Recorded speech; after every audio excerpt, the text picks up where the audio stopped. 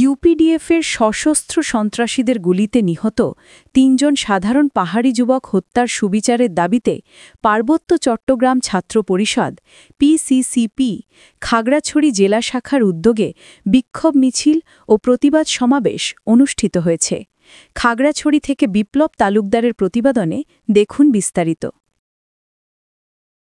বুধবার ২৯ অক্টোবর সকাল 11:30টায় খাগড়াছড়ি শহরের চেঙ্গি স্কোয়ার এলাকা থেকে বিক্ষোভ মিছিলটি শুরু হয়ে প্রধান সড়ক প্রদক্ষিণ শেষে শাপলা চত্বরের সমাবেশের মাধ্যমে শেষ হয়।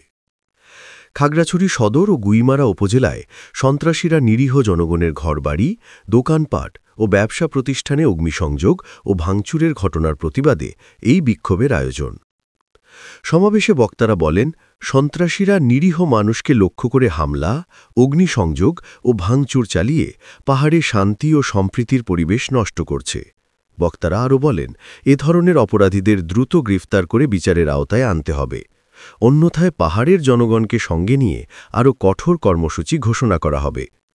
বক্তারা প্রশাসনের প্রতি আহ্বান জানান, পাহাড়ে বসবাসরত পাহাড়ি বাঙালির সকল জনগোষ্ঠীর নিরাপত্তা নিশ্চিত করতে হবে। যারা অগ্নিসংযোগ ও ভাঙচুরে জড়িত তাদের দ্রুত আইনের আওতায় এনে কঠোর শাস্তির ব্যবস্থা করতে হবে। বক্তারা এসব সহিংস কর্মকাণ্ডের তীব্র নিন্দা ও দোষীদের দৃষ্টান্তমূলক শাস্তি দাবি করেন।